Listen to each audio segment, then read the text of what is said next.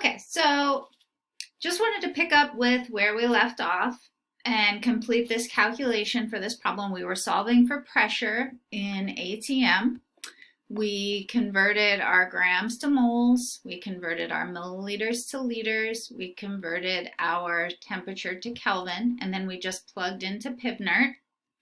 So let me go ahead and do this final calculation. So we're going to take 0.133 times 0.821, which we chose our different R value to match our pressure unit in ATM, times 284, and then we're going to divide that by 0.850, and our pressure is 36.5. We're going to round to 3 sig figs, so 36.5, and our units are ATM. Okay, so just one last type of problem that I want to show you so that you're not surprised if you see an example like this. So determine the molar mass of a gas if 4.91 grams of the gas, so we have a mass, occupies a volume of 2.85 liters at a pressure of 812 millimeters of mercury. We're going to have to convert that to one of our ATM or KPA units to be able to plug in to match our R value, and a temperature of 29 degrees C. So let's go ahead and just add our 273 plus 29, and we get 302 Kelvin.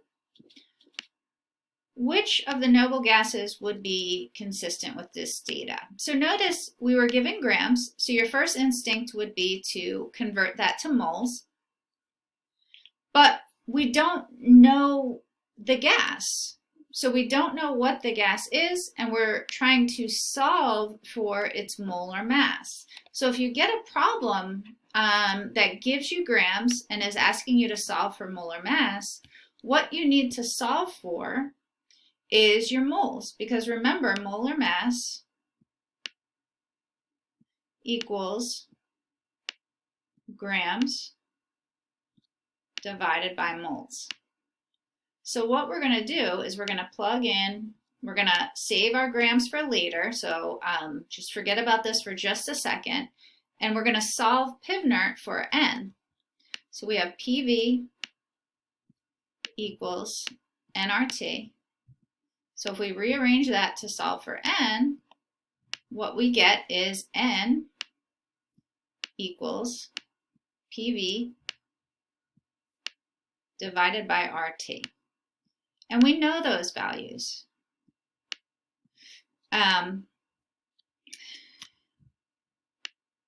Okay, so what we're going to do first is we're going to take our 812 millimeters of mercury, and we're going to convert that to ATM. I just personally think that's easier because the value is, if you remember back from earlier in this unit, 1 ATM is equal to 760 millimeters of mercury. So we can use that as our conversion factor.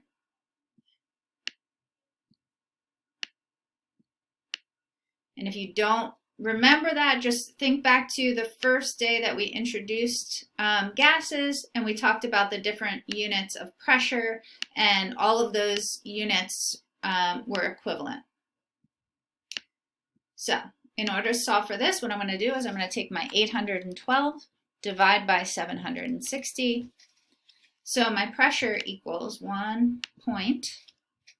I'm going to round to 3 sig figs, 1.07 ATM. So now I have what I need to plug into this equation here. So N equals 1.07 times our volume, which is 2.85,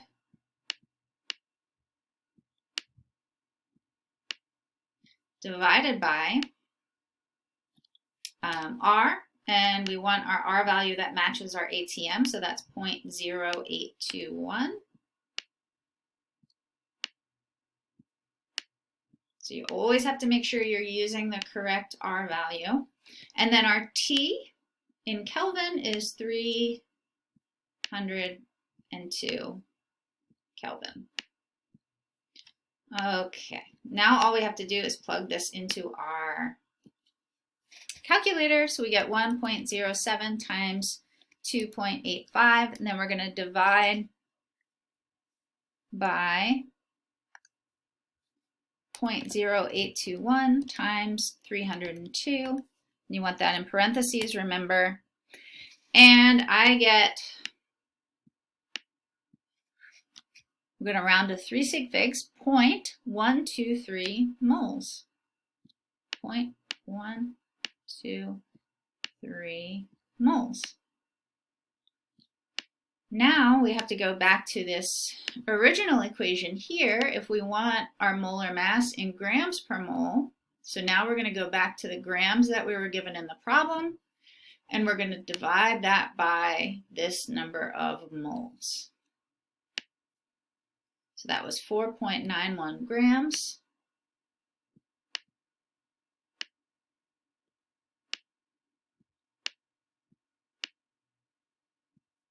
Divided by 0.123 moles, right? And we know this is the correct way because we have grams over moles. So our molar mass for this gas equals 4.91 divided by 0.123, and I get 39.9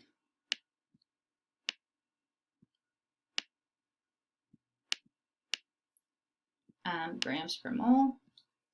And this problem did ask, what would the most likely noble gas be, right? And if you look at our friend argon has a molar mass of 39.95 grams per mole. So I think we can go ahead and identify that this noble gas would be argon. With my terrible handwriting.